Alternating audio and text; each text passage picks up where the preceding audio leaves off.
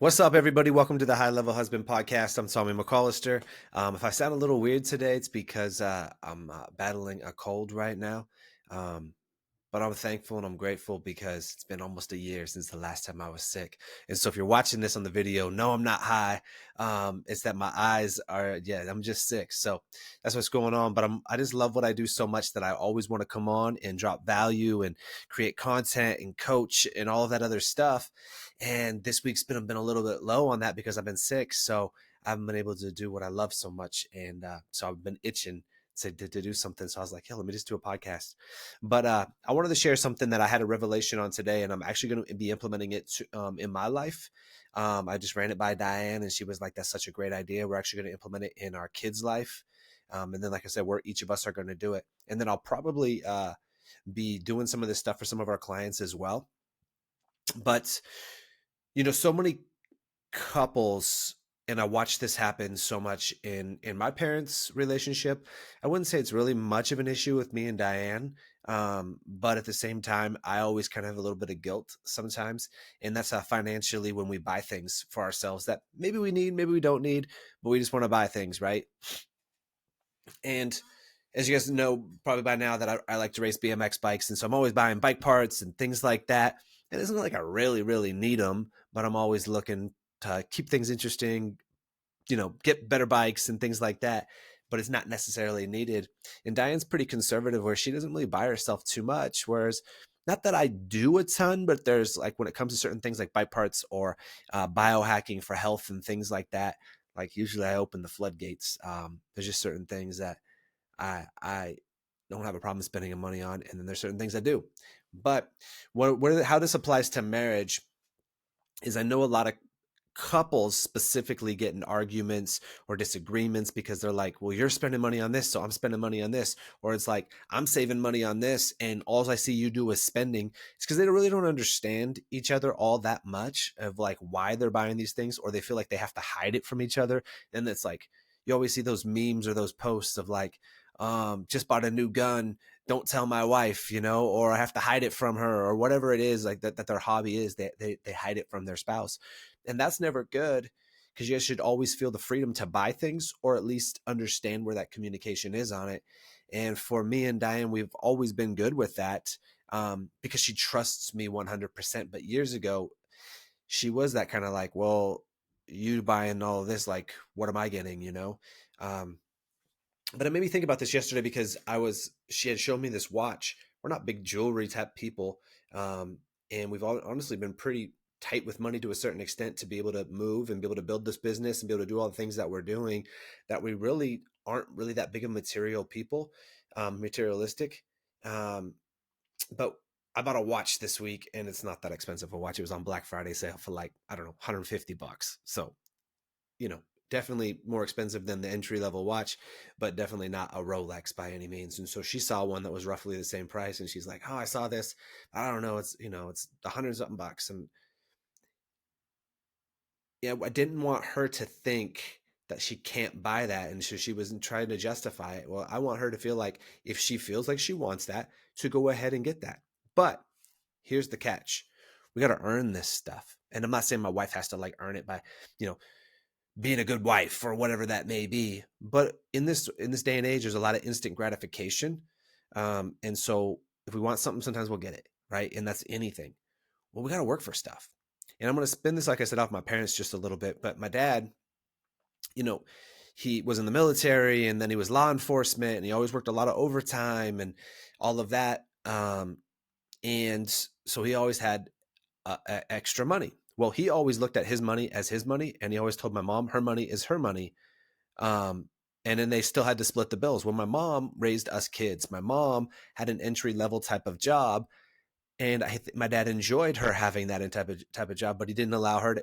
She didn't get to touch any of his money, and he'd be out on a spending spree, spending all this money buying side by side stuff and RVs and all these other things she had zero interest in, and he'd just be out there blowing it. He'd be eating out multiple times a day and like all this stuff. But my mom, she couldn't. He's like, well, save your money, and she's like barely above minimum wage type of job, so that was never feasible for her in those things. But he would always tell her that but she spends her money on dumb stuff. He says, I spend on stuff that I actually use.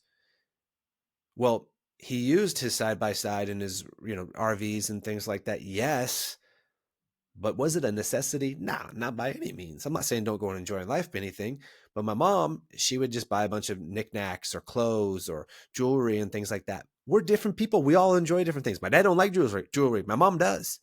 That makes her happy. But my mom doesn't want a four-wheeler or a side-by-side or a motorcycle. My dad does. But he justifies it as like, well, that's useful. Here's the thing. So it caused an insane amount of arguments in their marriage, probably more than anything. Financial was the biggest thing they argued about, not because they didn't have money. It was just how they spent their money because they didn't have agreements on anything in life, spiritually, mentally, or physically, on anything, let alone financially. And so it caused so many arguments. And I know there's a lot of you out there that are resonating with this, with how spouses are spending their money. Like I said, me and Diane don't really have that issue because we just really trust each other and we're so open and honest with each other about everything that I wouldn't buy a big purchase without running it by her. Spending $150 on a watch, even that, like to a certain extent, I told her like, "Hey, I'm thinking about getting this watch. What do you think?" You know, I wouldn't just go spend it out of nowhere. But here's the thing. So what we're going to implement is I was on a walk today and I'm always praying for three main things, especially this year: wisdom, knowledge, and love. And I have a cool story about that. Which I'll honestly, depending on what you do for a living and things, but especially with what I do for a living, wisdom and knowledge and love are like the three biggest the factors in that. Like I have to have wisdom and knowledge to be able to lead others, and then I have to love other people to really love them. And one of the biggest things, just even happened just yesterday, but I think any of our clients will tell you the same thing. And I hate calling them clients because they really become family. That I actually love my people, and that's what somebody said yesterday. Man, I've been involved in so many coaches or masterminds and all these other things, and he's like, dude, like you are actually accessible. You actually care, like, um, and differently than other people. Well, that's because I pray for love. And so when I say these, I pray for these things. Earlier in this year, one of my friends was asking me, he said, "Hey man, like, what are you really working on right now?" And I was like, "Man, honestly, nothing but wisdom and knowledge. Like that's the only thing I'm praying for and working on." So we have this conversation about that. Well, then the next day I'm reading the Bible, and this wasn't planned. It was just what my reading was that day. It was in Solomon when God basically told Solomon he was going to be a genie that day, and like he could get one wish basically. And Solomon said, for wisdom and knowledge. And God said, because you didn't ask for death of your enemies or riches, um, and you asked for wisdom and knowledge, I'm going to make you the wisest man who's ever lived, but also I'm going to give you the riches on top of it. And what was cool was I had just told somebody the day before that that's all I'm focusing on is wisdom and knowledge and not finances. And the people I was telling that to are into finances. I'm not saying I'm not by any means, but, and it's a bad thing, but sometimes they're a little super focused on just like making money. And that's a whole nother topic. But I was like, man, I'm just this spot of wisdom and knowledge. And so I've been really praying for that this year. And it's been just such a cool year. And that's what God's always downloading things. Well, I was on a walk today, listening to a book, and the book's really good. And it was a female who wrote it. And she said something, and I was like, ooh, she had said something about like, currency into your bank, but was more on like, when you're doing specific things. And I was like, had nothing to do with money. And I was like, oh, that's good. And a lot of the stuff she's preaching on and teaching on in the book is like stuff I already like had developed myself through the wisdom and knowledge that God's downloaded me. But it's just so cool when you hear other amazing people speak about certain things and you're like, man, like that wasn't just a crazy idea by me. Like other people validate that. And anyway, so we're on this walk and I started thinking to myself, as you guys know, you've heard me talk about this. Me and Diane have daily disciplines and habits that we do on the daily. And there's probably about 6 or so of those every single day. And we go through different seasons of like which ones, how long we're doing them and things like that. The longest one was 2 years. I fell just a little short, like literally because I went to sleep one night and totally forgot about it and didn't do it. So I fell just short of 2 years. Diane made it to 2 years. God bless her. If anybody's going to win, I'd rather be her. But straight, like that's not missing any day of like disciplines. And so we go about back and forth on which ones we're doing longer and things. But for 2024, we're going to do a year where we're calling it the perfect year, where we're going to do basically like 6 or 7. I got to add them up. I can't remember just off the top of my head how many it is, but we're going to do a perfect year of all of those things. And I'm doing a year-long men's mastermind for a select group of 10 people next year. It's going to be a big focus of mine. And we're going to have accountability with that and all the different things. But one of the things that was hitting me on when she said currency today on that walk, and I had been praying for allowing me to hear what I need to hear today on this walk, is how does finances tie into that? Well, typically your spouse will trust you with finances more and more when you can be trustworthy with all the little things in your life, with the little things you say you're going to do. And I don't need to get deep down that rabbit hole. You know how much I preach on discipline and habits and whatnot, but it's the truth. And so your wife will trust you more, or your husband will trust you more when you can be trusted with all the little things in life. And you can be trusted with how you handle failures, wins, all of that stuff. And you really have control of your emotions and your feelings. Good things happen. And so one of my idea that I had was this, and I'm telling you guys this, it's for hot off the press, and I'm going to do it. I'm actually going to do it for our kids, like I said, and maybe for our clients. We'll see how that evolves as we're doing it, is how to tie this all together. Well, there's nothing more in life that will grow you than to having daily disciplines. And so oftentimes people say, well, how do I find my purpose? And maybe I'll do a whole podcast on this. Well, the best way to find your purpose in life is first to understand that you're chosen, that you were specifically created for a specific reason. Most of us don't know what that is, and most of us don't take action on it until we feel like we know. Well, the thing is, you start taking action on that now, and when you start taking action on that now, you will eventually find it, because as the Bible says, he who can be trusted with little can be trusted with many. And so as you're going and you're pushing and you're moving, God's going to trust you with more. Well, as you're developing disciplines, non-negotiable habits, and you're doing them every day, your confidence will build. Well, as your confidence builds, you're going to attract other people in your life. You're going to attract more higher caliber people in your life. Doors will open, opportunities will happen. And as you keep saying yes to those, you will start figuring out new things in life that you enjoy, and you'll find exactly what that purpose is. You got to go searching for it. It's just not going to be like you just wake up one day and you're like, that's my purpose. And that's where so many people go wrong, is they just think that they want this as their specific purpose, and they have no idea. Me and Diane got to be marriage coaches, and I would even say, and I always told people when we became marriage coaches, that's going to evolve, and it is right now, where to a certain extent, we're more of a men's development coach and a women's development coach, but just happen to work with husbands and wives because those are the type of people we like working with, because they're a similar type of people to us, because we value marriage so much. Well, when we started off, it was fitness and nutrition. Then it went fitness and nutrition and mindset.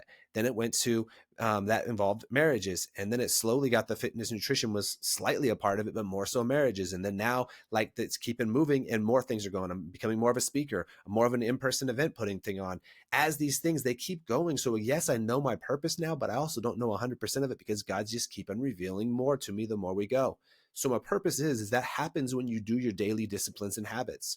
And as you're doing that, good things happen and you grow. It's a deposit every single day in your bank of like, I did what I said I was going to do today, whether you're retired, sick, hungry, whatever it may be, death in your family. And I promise you, we've done it on days when people have died in our family, and we've still gone and done those disciplines. And so I don't want you to think that that's me just being harsh. No, that's just the facts of things. And that's why we saw our life escalate so fast, is because we were willing to do it when other people would normally take those days off. Anyways, so here's the challenge. Have those 6 or 7 disciplines that we've talked about before, of whatever they may be, and do them every single day. Well, they need to be around 4 main pillars: physical, mental, spiritual, and relational. And when you have those 6 or 7 disciplines, whatever they are, there's 12 months, obviously. If you start January 1st, it's going to kind of a long-winded answer. This is going to work, but the more days you build, go do straight, the more money you earn. The more money you earn, obviously you've got to pay yourself. But if your spouse is doing this too, we're going to have our kids do this. Well, then they can earn things to spend on as well. They're going to get paid less than what me and Diane are going to pay ourselves. But every month you go on, the more the money goes up. So for example, month 1 is going to be $5 a day for every day of discipline that we get. So and we are only going to spend money out of that. So if I want something for my life, I want a new watch, I want, a new bike frame, or I want, I don't know, whatever it might be that you like. Maybe it's a video game. Maybe it's a part for your car. Maybe it's a new car. And everybody's budget would be different for this. So if you're balling, like, raise up the daily price of what you're going to pay yourself. Because if you're only doing it for low, it's not going to interest you, and you're not going to be able to buy the things that you want anyway. So it's like, what's the point? So for me, I'm probably going to start out at $5 a day. Well, so for if I do 30 days that month, well then that's basically what $120 I made that month, right? 30, 60, 90, 120. Yeah, basically. Uh something like that, for the first month, right? Would it be something like that? I don't know. Or 150. So, um so it would be that much money I would make and I could spend that month. Well, then the next month, if my streak is still going, it's going to go to $10 a day. The next month, if my streak is still going, it'll be $15 a day. Month four, $20 a day. Month five, $25 a day, and so on and so forth until you get to the final month of basically what's that, $60 a day, is what it is. By that time, that could be $1,800 that month I make for myself that I could spend on whatever I darn well please. If I want to blow it on something stupid, my wife will not bat an eye because this comes out of the fund that I earned. Well, here's the cool part about that. I'm going to be developing during that time because I'm doing these daily disciplines and habits. So not only going to develop my confidence, my self-worth, all of that stuff, I'm also going to be growing as an individual because I'm doing these daily habits, which will only grow my family and my kids and all those other things. But also now I can go spend any of that money on anything I want. And I won't feel bad about it because I'll have to earn it. It won't be instant gratification. But here's the caveat. If you're on month 3, let's say, and you break the streak, you start back over at $5 less. And so let's say I'm at month 3, that's $15 a day. Well, I break it one day. Now I go back down to $10 a day. Well, I break it 2 days that month. Now I'm back down at $5 a day. And then when that month next time rolls over, I only go back up to 10. I don't go up to 20 where I normally would have. And so my spending, if I want to be able to buy bigger things, I got to keep this streak going. So if you break it, you go down in your earnings. And if you break it within that first month and you're only at $5 a day, you have to give all that money back. So if you're on day 29 and you break it, you have to give all that money back, from the first month. After that, you build it up. But what I'm saying is this will build through the process. And it's really cool when you think about it. So for our kids, we're probably going to do them at $1, start them at $1 for the first month, $2 second month, $3 the third month, 4. Well, the last month they can make three or $400 for that last month. Well, guess what they're going to do? They're going to develop physically, mentally, spiritually, and relationally during that time, because relationally is not just like in their like marriage, right? Because they're not married, but that's like friendships too, and things like that. So they're going to develop. Well, they're also going to understand how to earn things, because we're not necessarily our family isn't the normal family that says, hey, you need to go to high school, then you need to go to college, then you need to get a job, and then you need to get a house with a picket fence and 2 kids, and then you need to work till you're 65 and then retire.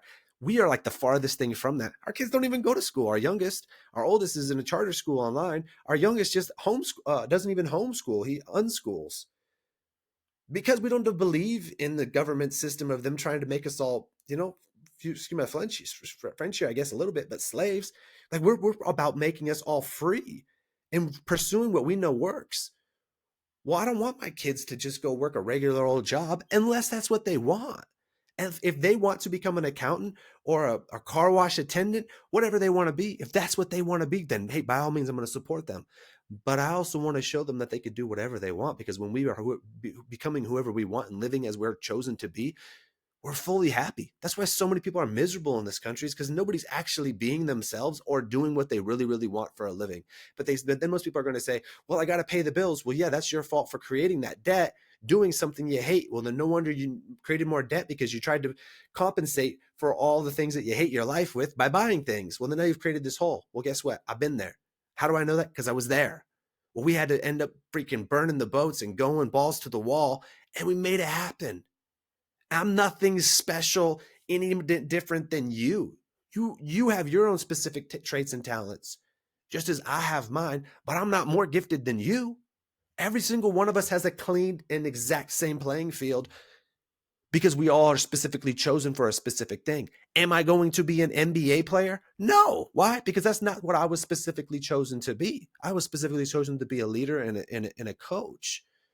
But whatever yours is for you. And so go make it happen. Because guess what? We're all going to die. All I know is I don't want to get to 70 and look back and be like, yo, I freaking wasted my life on this, what the American dream, which they said is do all of this. And now I hate myself, like so many people do. I don't want to be that person. But there was a time in my life, and this was probably about 4 years ago. We were living in a different city. It was raining. I was wearing an Orange Giant sweatshirt, and I was looking out my front window, and I was sipping my coffee. And I thought to myself, if this is my life until I'm 65, oh my God, I am going to hate myself. And it was one of the scarier moments of my life. Well, guess what? I had unlimited free time. Guess what? I had a house. Guess what? I had a beautiful wife and 2 kids. Guess what? I had no purpose, no passion, and no nothing. So I know what that feels like. I know what it looks to be like, yo, God showed me the vision of what my life would be like when I'm 65. And I said, nah, homie, I ain't playing that. And eventually and it's a whole long story of how we did it, but we literally burned the boats. 2 mortgages, no income, 2 kids, 3 months into the pandemic, and moved when everybody said zero chance you should do that. That's a stupid move. But because we did that, we found so much self-worth and purpose and passion, and we created a business that's changing thousands and thousands of lives around the world. But it started because I looked out the window and said, no, no more. That's a whole nother topic. So my point is, so my wife's going to do this alongside of me, this system. If you want to know more about this system, message me um, and on Instagram, whatever it may be, and I'll tell you a little bit about the system to break it down for you even more and how we're going to do this. But I think you get the gist. We're going to be able to do that to where if she wants to just go buy whatever she wants, I won't bat an eyelash. Not that I do anyways, but she won't feel like, because there's times when I still buy things and I'm like, I don't know if I should buy this.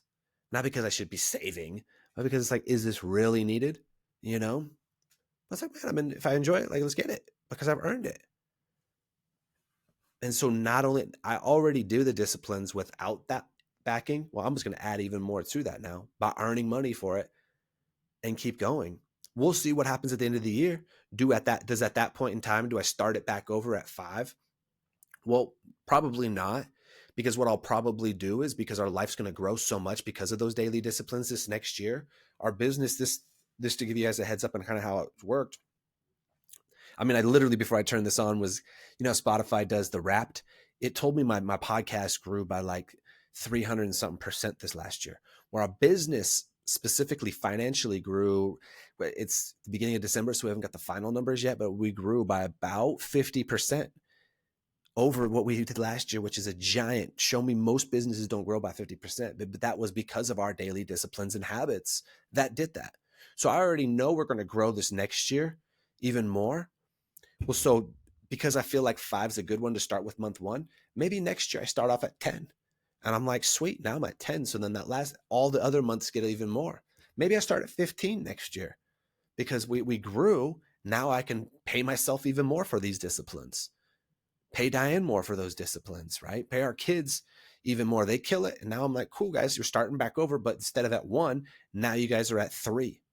And then now they're doing it and they're able to save up for vehicles or for whatever they want in their lives and show them what the hard work is, but then develop them at the same time with those habits that they're going to be doing. And so what I mean by habits, for me, that's one chapter in the Bible every day, 30 minutes of intentional movement, praying for at least 15 minutes, praying together as a family every single day out loud, listening or reading a book for 30 minutes. That doesn't count as the Bible because that's something separate. Reaching out to at least 2 people and loving on them that day. And I can't think of what else is, but that's 6 right there. And I'm probably going to have 7.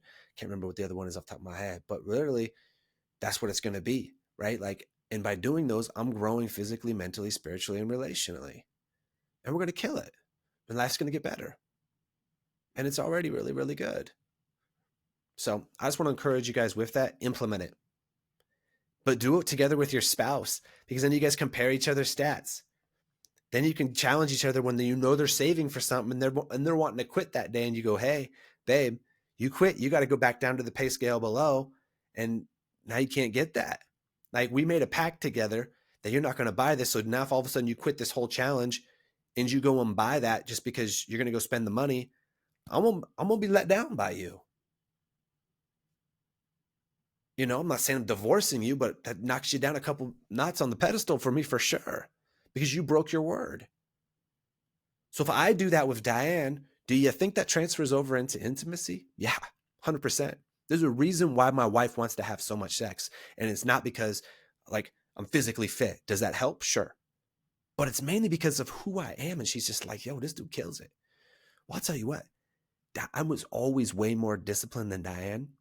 But you know who's probably more disciplined than me now? Probably Diane. And like, I'm one of the more disciplined people I know. But Diane's a savage. And she never was.